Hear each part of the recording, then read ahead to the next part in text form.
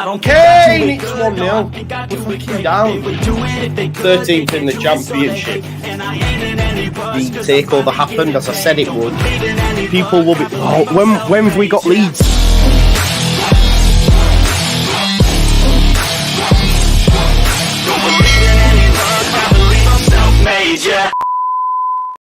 Now then, people, welcome back to the Just Joe Football Show. I hope you are all doing well. Well, that was a lot of fun, wasn't it?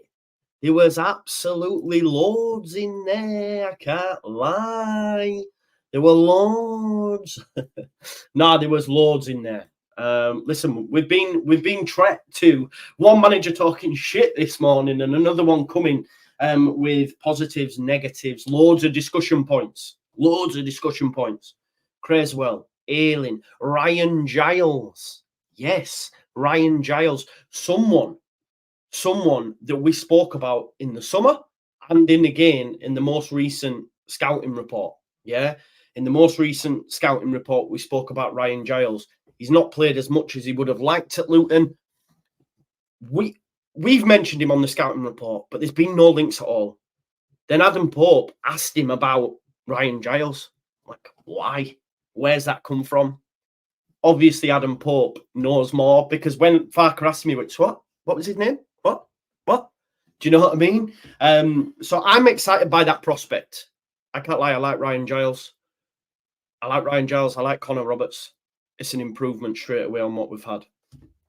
For me, definitely. Daniel Farkes wasn't pressed on it, but Adam Pope asked that question.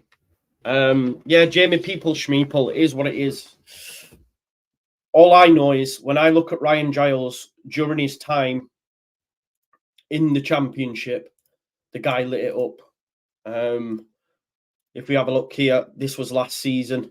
If we look at and again, this again, and I'll show you this season with Luton as well. Just bear with us one sec. So this is season championship 22-23. Where he'd have spent time on loan at Middlesbrough. If we look at in terms of his attacking output, number of dribblers, tackles, okay.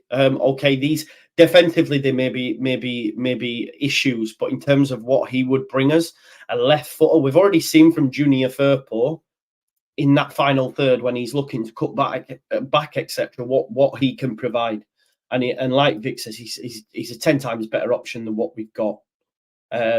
For sure, his numbers last season in the championship were phenomenal.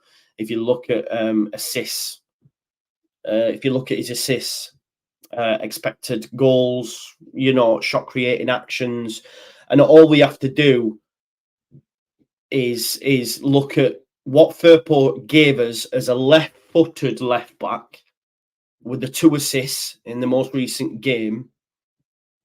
I think Ryan Giles improves on that phenomenally. Yeah.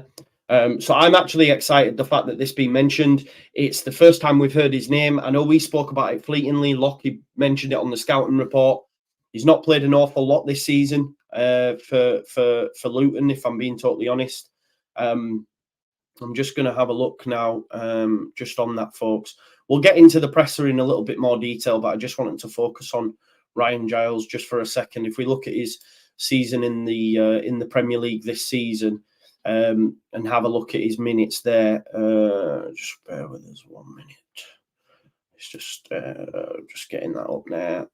Where is it? It's just showing us his stats. Let me just go on his overview. There we go. So he's played 11 games and only started 5 this season. But if you compare it with the previous season, he played 45 times for Middlesbrough. He played 45 times for Middlesbrough, and during that time, he got, just bear with us 1 moment, I want to share it with you, so you can see it. So you can see here Middlesbrough, obviously at Luton, 11 matches played, just here, folks, on this. 11 matches played, only started 5, but in the championship, he's played 45 times, started 43, and got 11 assists. So yeah, I think this is an important thing to think about, and I've already showed with you. Obviously, that's just looking at left back stats, where this is this season. So you can see, I mean, this is a positive number of aerial duels won. Obviously, nowhere near as much as involved, and he is playing upper level. He is playing in the Premier League, so of course it's going to be tougher. But even there, if we look at his crosses and crosses into the penalty area in this Luton side, that can only be seen as a positive as well from the way that we'll play and expect him to get balls into the box. So I'm actually quite excited about the prospect that Ryan Giles could be playing on the left flank and Connor Roberts on the right flank. For me personally, I think it'd be a top quality opposition and a name really that we haven't been linked with throughout. But the fact that Adam Pope asked it, like he didn't ask about Connor Roberts or anyone, he went, so, you know, what about Ryan Giles at Luton? And to be fair, Pope mentioned something a little bit further as well on, just bear with us 1 second. I'm just going to pull up Pope's Twitter just to show you what he said, because he said they'd spoken to Rob Edwards. So Rob Edwards must have been asked about him. I'm just going to find the tweet now where he mentioned it. Just one moment, because Popey then put a tweet out about it, because I know a few of you has missed it in the presser. 1 sec. Where is it now, Popey? I seen you tweeted. Don't tell me you've deleted that tweet. I'm just trying to find it now. Injury news, Ayling, Creswell. Might be here. Show more replies. Where is it? Yeah, London Leeds heard it, because he's said, talk to me about Ryan Giles. What have you heard? Exactly. So why did Popey get... Oh, where is it, man? He tweeted about it because he mentioned Rob Edwards as well. Unless he's quickly deleted it. You don't know. Farke might have said... London Leeds says, yeah, good move for sure. Or in terms of Cooper, we'll talk about Cooper as well. I told you he'd get a new deal. Everything Farke said made me think he would get a new deal. We'll talk about Charlie Creswell. He was pretty scathing on Charlie Creswell. And it's only fair we give the same conversation we had around Spence. We have to have about Creswell. We have to. Because there was a lot in there really calling to task what Creswell had said and where he fancies himself, etc. So we will go through it. It was a long answer, much more than we heard from Spence about his situation as well. So we will get to it. But I'm trying to find this Adam Pope tweet. Oh, here we are. I've got it. Just bear with us 1 moment, and I'll show it with you now. So this is it, and it was the fact that he mentioned Ryan Giles and Rob Edwards as well. So he said, as for fullback additions, Daniel Farke does not want to discuss positions and names. Would not say anything about possible interest in Luton's left back Ryan Giles. Well, that's the first time we've heard. So clearly this is from somewhere else. Do you know what I mean? This is clearly from inside. Do you know what I mean? This is Popey, journalists, etc. They must hear. We've not seen any links. So that's a positive thing from the club as well, that's so quiet. But clearly they've heard something, because he says possible interest. Luton boss Rob Edwards spoke about Giles in general terms, but wouldn't confirm if he's set to leave. So the fact that Rob Edwards has also been asked about it, then of course there's something to that. So let's watch this. Let's watch this space on the Ryan Giles stuff. I'd be well on board with it. If you were to give me Connor Roberts and Ryan Giles, all over it, like a tramp on chips, genuinely. So yeah, loads for us to dissect and go through. So let's take it right back to the start of the presser. Fullbacks, no Spence, no Ayling. You know, why are you doing that without bringing bodies in, etc.? Ultimately Luke needed to play. I loved what Luke gave, and I want to just talk on this, because of course as a fan base we've been not me personally, but some have been pretty scathing towards Luke Ayling and Liam Cooper in general, and they speak about our leadership, schmeedership. We don't need leaders. They call them leaders, whatever, blah blah blah blah blah. A lot of verbal diarrhea for me personally. Again, it's all about opinions. People see things differently. But if you look at that Luke Ayling goodbye video from Cooper, from Dallas, from Dan James, from Bamford, and from Archie Gray. Now, Archie Gray is 17-year-old, yeah? and listen to what he has to say about Luke Ayling. And this is the point. This leadership trait that they do have cannot be undervalued or underappreciated. And I believe it is undervalued and underappreciated within the fan base at times. So the fact that you hear Archie Gray say such glowing things, Dan James say such glowing things, is fantastic. Is fantastic, and further proves that point for me. So if anyone wants to discredit that quality, then watch that. Do you know what I mean?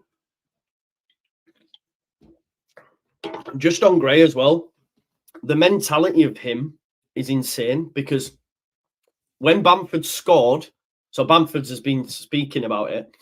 When Bamford scored, the first thing Archie said to him was, "That's going to win the Puskas Award." And he was like, "What?"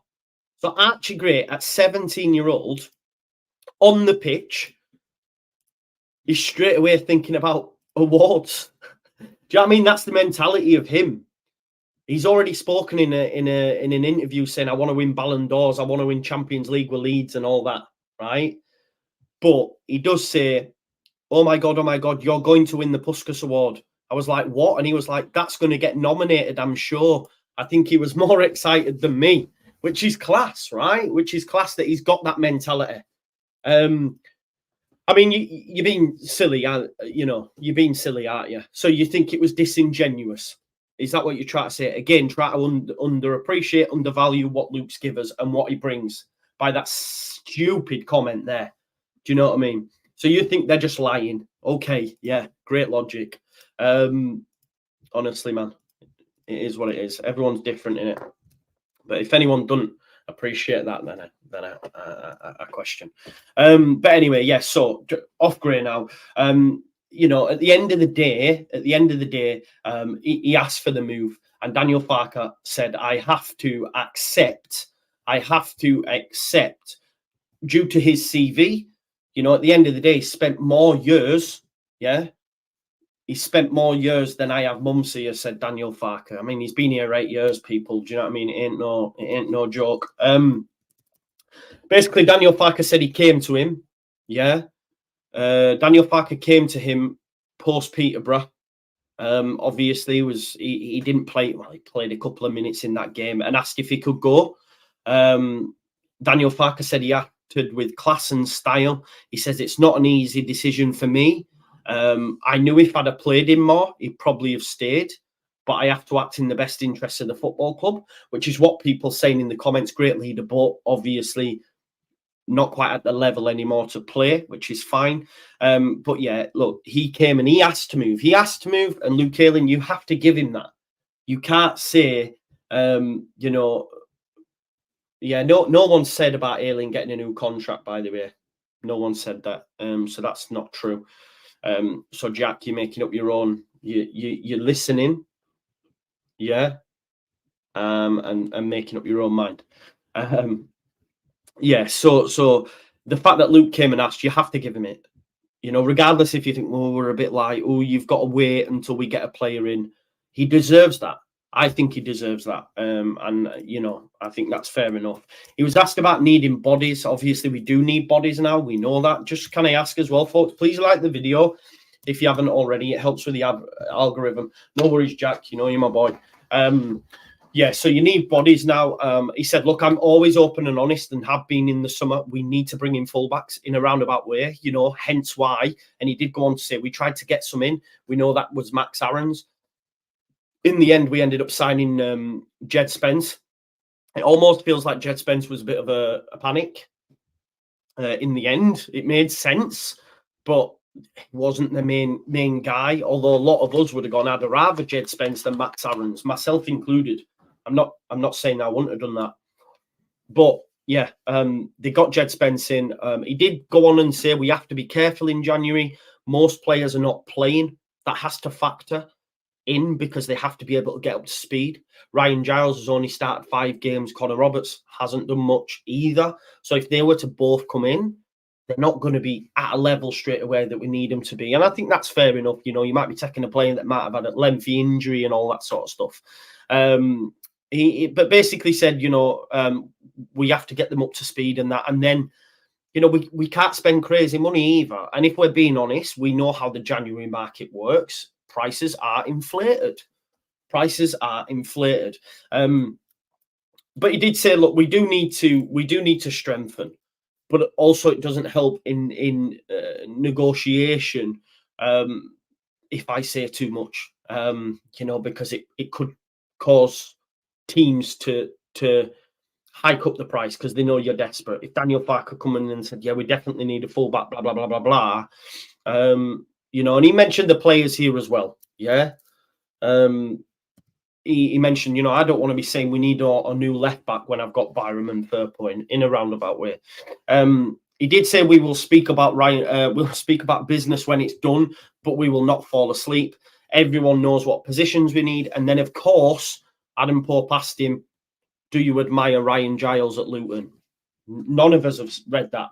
We spoke about him in the scouting report in the summer, and again just the other night. But outside of that, we've not seen any sources mention it. So for a fact now, the likes of the Tiff Meister and that will be saying, spoke to my contacts, we're now interested in Ryan Giles. That's coming 100% because it's, yeah. Anyway, right, let's get back to it, just having a bit of fun. Farke did say, though, I am cautiously optimistic that we will find what we need in the window. Yeah, I am optimistic that we'll find what we need in the window. There's no guarantee, it'll come, within a couple of days. We could wait until the end of the window. Like I say, Luton, I forget who they're playing now. I don't know if it's Alfie Doherty. Maybe it's not Doherty. But basically, he's not getting minutes there. Maybe Luton have said, yeah, look, we're willing to let him go, but we need to bring in an extra body. When we've done that, you can have him. Same at Burnley and Connor Roberts, So, yeah, as I said, Adam Pope said that Farke didn't want to discuss positions and names, would not say anything about possible interest in Luton's left-back, Ryan Giles.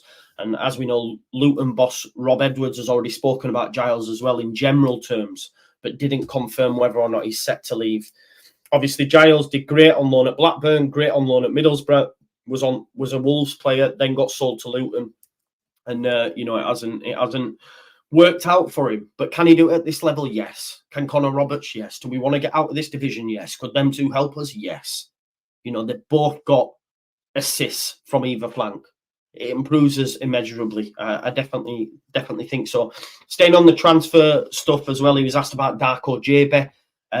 We know that he's been linked with the move to Plymouth. Daniel Farke said, yeah, he's available for loan, but didn't really mention any clubs. But I think Plymouth have won the race. I think Chef Wednesday might have been interested in him as well. Don't forget White Rose Rivals tonight at 6:00 as well. He did reiterate that he doesn't want to let Darko Jebe go. So not Darko Jebe, sorry, Joffrey Gelhardt. Folks, keep it nice in the chat. Eh? Come on now, let's do it.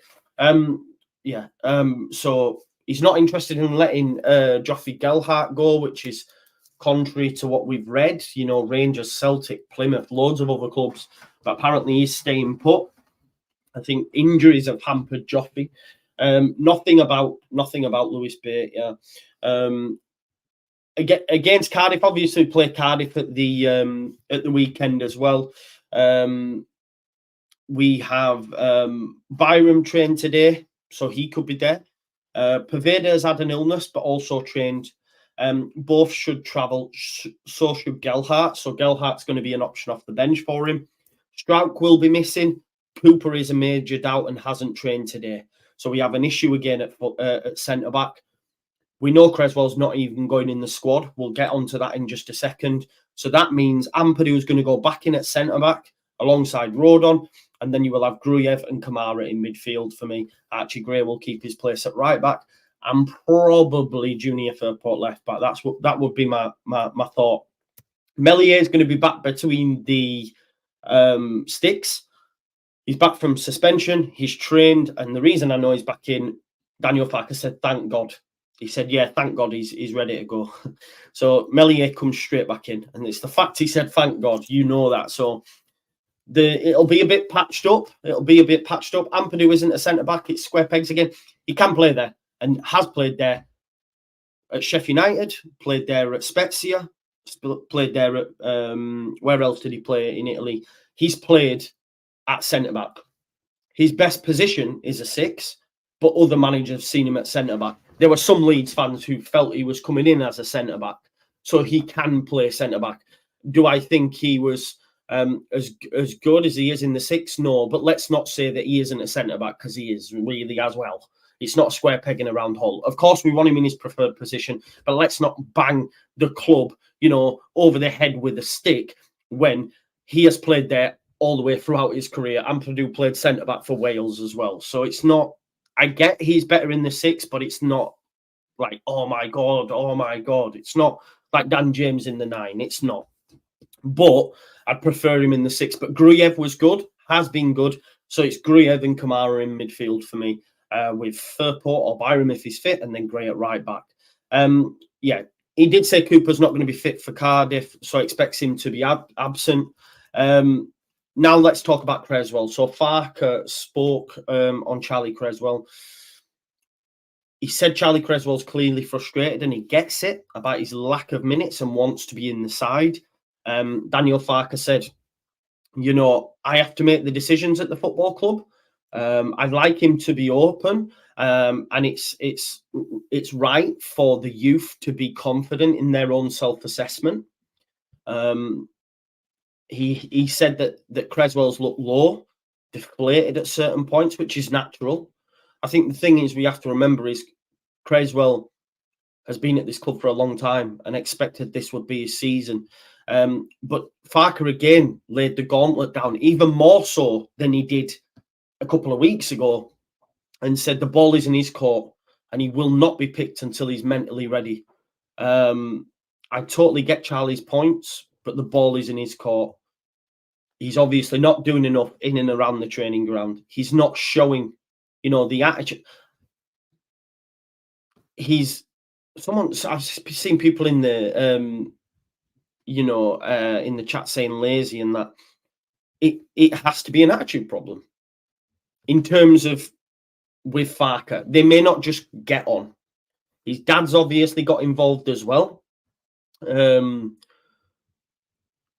On social media, which won't have helped, definitely won't have helped. He said, look, I'm aware he's frustrated about his lack of minutes and he wants to be in the side, but I have to make the best decisions for the football club. What he did say as well, and I think this is important to think, that Creswell will not be given away as a gift. We know that clubs are circling. We know now that probably Charlie wants to leave. We know now his dad probably wants him to get minutes, and I get that. And Farke went on to say, we're not giving him away as a gift. He said this, from Farke's point of view, he says he needs to accept the current pecking order and fight as hard as he can to get into the team. We're totally honest about that.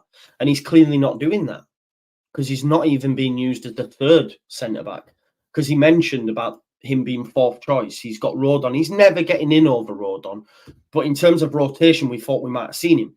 At Peterborough, we thought we might have seen him. Now, what I would say to Charlie, again, I'm not in and around the situation. Had he have not been moping around the place and maybe not putting in as much as what Farke's alluding to, then he would have been in the squad for Peterborough. But as Farke looked at it, seen his attitude, and said, you know what, no, you're not going in the squad. Whereas if he'd got down to brass tacks, and listen to the gauntlet that was thrown down last time Farke spoke in the presser, then he could have been in that squad. As it turns out, he's not. And he's already said he's not going on the weekend either. So there's clearly there's clearly a bit of a standoff going off here. I think Charlie will leave in January, whether that's permanent, whether that's on loan, but I don't expect him to be here February the 1st. It almost feels like a standoff. His dad said stuff on Instagram. Charlie's not clearly being great around the place. He's already been told you're not coming at the weekend. Do you know what I mean? So that's the thing, isn't it? He's clearly not doing it enough. It's clearly not doing it enough behind the scenes, you know. And like Andy says, he's sulking, but you can't do that. You're a professional footballer. Like I said, he said he will not be given away as a gift. And he said, look, if a club meets our expectations for a player with this potential, Leeds will be willing to listen to offers. They will be willing to listen to offers. At this point, he won't be part of the squad at Cardiff, which is sad because it's Thursday. Do you know what I mean? There's still training sessions, but he's already making that decision. This is what I'm saying about there being a standoff. His dad's got involved. Farke will be aware of that fact. People at the club will be aware of that fact. He's probably...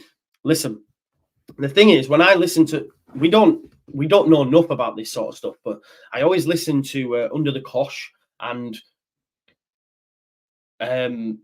John... I forgot his last name now. That's going to do me head in. He always scored goals against us as well. You know, John Parkin. John Parkin says, if I wasn't getting played and if a manager was being CUNT or whatever, he would basically just be a knob around the place, force the club into a situation where they have to get rid because we can't afford to keep him. And because his dad's worked in football and all that, you just don't know if he's saying, listen, kick your heels, dig your heels in, don't do much. You might not get in the squad or whatever, but you know, they'll have to get shot at some point. Yeah. So there could be all that going down. But Jamie, no, this is the point, isn't it? If he isn't doing enough, then you don't. I think, listen, I back Farke. I really like Farke. I think a lot of what some Leeds fans don't, and that's fine. But for me, I like him. I like the manager. I question his decisions. That's fine. But if he's made a decision, and of course you could do that. But if he feels that he can't get in the squad, then tough titties.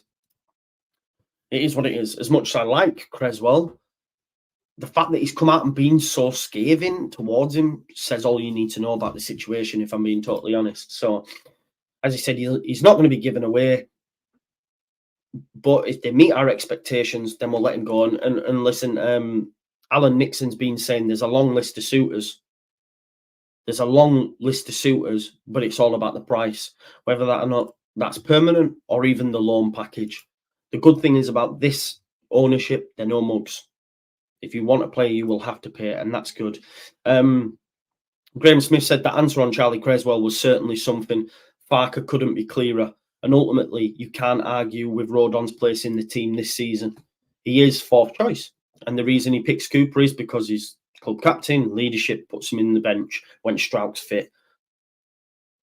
We can't argue with that either, really, can we? The only question marks we would have is like, why he hasn't played in Peterborough. But what I would say in response to that, he did play against Salford. We lost that game, but he did play. Since then, he's not got a look in. Now, what has his attitude been since Salford up until this present day? I would say, based on what Farke has said, that it's clearly not up to scratch. So I think there will be a parting of the ways, which is sad. But, you know, it is what it is. In terms of Liam Cooper as well, I just want to finish up on this as well. I've said for a while now, Liam Cooper gets a new deal just because he's playing minutes and he's playing regular minutes. So I think he gets an extra year. He was asked about Liam Cooper specifically by Phil Hay, and he basically said the situation is different to Ayling's. He said he's not as old as Ayling. Cooper's more involved. There is no issue there when asked about the deal. So for me, he stays. He gives us a year, and I'm totally fine with that, folks. I know a lot of people won't, but one more year. And it's not your money, so don't be asked about it. I think Liam Cooper will stick around for at least another year, and it'll only be a year extension, but it is what it is. But again, you know, the most exciting thing from the presser for me is the fact that Leeds United are clearly looking at Ryan Giles as an option at left back. I think we're serious about Connor Roberts as well, which again is positive for me. So yeah, if we can get them two done, it'd be great. I think, yeah, Jamie, he will be fourth or fifth choice. He will be. He's not getting a new deal and not bringing anybody in. Of course, he'll be fourth or fifth choice. The most like alarming thing was the Creswell thing, because you know you could argue, and I think a lot of it is due to because it wasn't our player. But if we look at the Spence situation, it was more like reading between the lines. This was very much you think you're better than what you are. You're not good enough to be the first choice or even third choice, and you're not proving it on the training pitch. So unless you start proving it, then you ain't got a future here while I'm the manager. He also said we will listen to offers, but you've got to be at a level where we're willing to we're willing to get to. So yeah, Jamie, man, this is wild. Where do you get this from? This is wild. I'm not as big on Mepham, mate. I think again he plays on Rodon's side unless he's, you know, comes in as backup, but he isn't going to do that. He isn't going to do that. We'll have to wait and see. But yeah, I'm hopeful that we get a right back, we get a left back, and potentially centre back cover. Outside of that, just see if anything else happens in the forward areas. But I don't think it will. I think we'll stay as we are, provided we don't get any injuries. But yeah, positive press conference from a transfer perspective for me. I think we are active. We're just clearly under the radar, I think. But yeah, great. Listen, I'll leave it there. Don't want to keep you too long. You've got this to watch. If you haven't watched it all yet, watch it back. And make sure you go and check out the reaction to Jesse Marsh's up front with Simon Jordan piece as well, because I had a lot of fun doing that. So yeah, smash a like on the video. I will be back tonight, 6 o'clock, obviously, for White Rose Rivals, and then probably we'll do like a proper transfer roundup at like 10 o'clock for late night Leeds, because I'm assuming now what will happen is we will get some more on Ryan Giles over the next few hours. So watch this space on that. Smash a like on your way out. I'm gonna go take the Christmas tree down now because I still haven't done it. Lazy get that I am. And yeah, I'll see you in a bit. Peace out, folks. Love you all. Thank you now.